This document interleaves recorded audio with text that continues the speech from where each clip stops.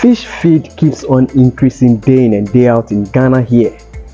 Farmers are crying, but it seems nothing has been done about it. You can't also decrease or reduce the amount you have been giving to your fish. Remember, garbage in, garbage out. You don't underfeed your fish and expect a better result tomorrow. What are you going to do? In today's episode, I'm going to highlight on how much you should feed your fish within a day, and also the size of feed you're supposed to give to your fish within a given period of time. Stay tuned. My name is Ohene, your chief urban farmer. You are welcome to H&T Farms.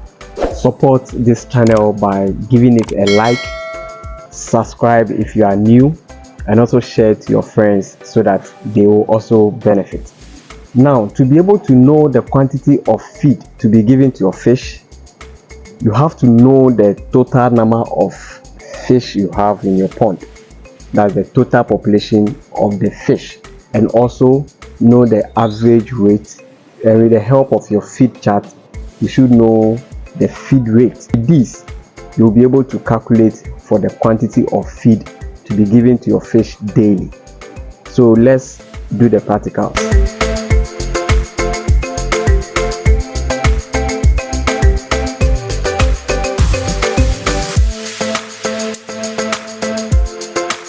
Now, if you're a farmer, you should know that proper nutrition is key to maintaining healthy and productive fish farm.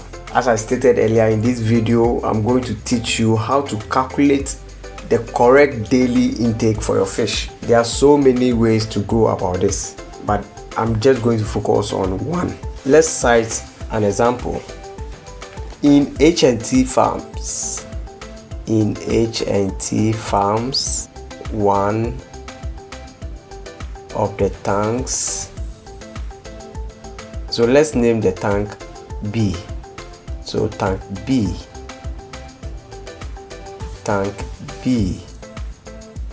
contains 170 catfish,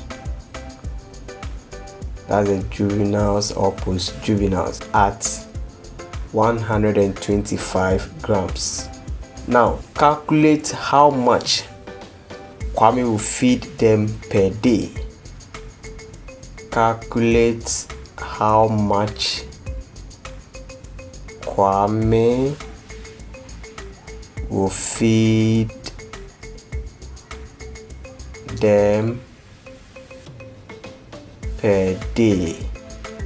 Okay, all right. Daily intake or daily feed intake, let's give it an acronym. DFI is equal to fish population, that's FP, times average fish weight,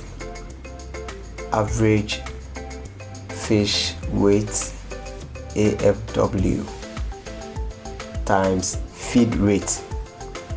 In the example that we cited, we know our total fish to be 170. Let's insert it. 170 fish times the average weight is 125 grams. 125 grams. But we don't know for the feed rate, or we're not given the feed rate. So let's go back to the chart. Where can we locate 125 grams? Let me highlight it. Okay, so that it will be clear. Okay, when we come to the temperature column, let's take our temperature to be 28 degrees Celsius. 28 degrees Celsius. So when we trace it, it will fall under 3.5 grams. Okay, this will make our calculation simple. 3.5 over 100. Take your calculator and do this calculation. 743.75 grams. 743.75 grams. Let's run it. Let's run our figure to the nearest number. So we'll get 744 grams. Okay, 744 grams means that Kwame is going to feed his fish. Inti Obiwe Bisa says, should we give this to them at once? Debi omundi embo omundi no prekope. Inti then I was saying, yeah, we have to divide this number or this figure into 2, or the number of times that you feed them. But in our farms, we feed them twice a day, in the morning and in the evening. So we will divide this figure into 2. We'll split it into 2. The betchum you know, they are more anapa and then you marry. Intino say no bet me calculate for a piania also the man umwano. Send a bear avoid overfeeding and I say underfeeding, and it will help you to avoid wastage. So let me quickly give you what you need to do and what you need not to do when feeding.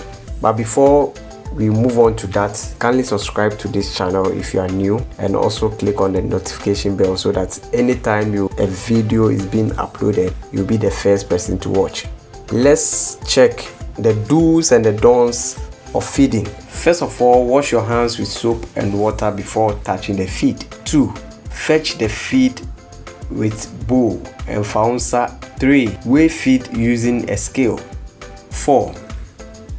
Observe the fish response while feeding and stop if they are not feeding well. 5, which is the last one, the last point. Return leftover feed back to the bag and seal the opening.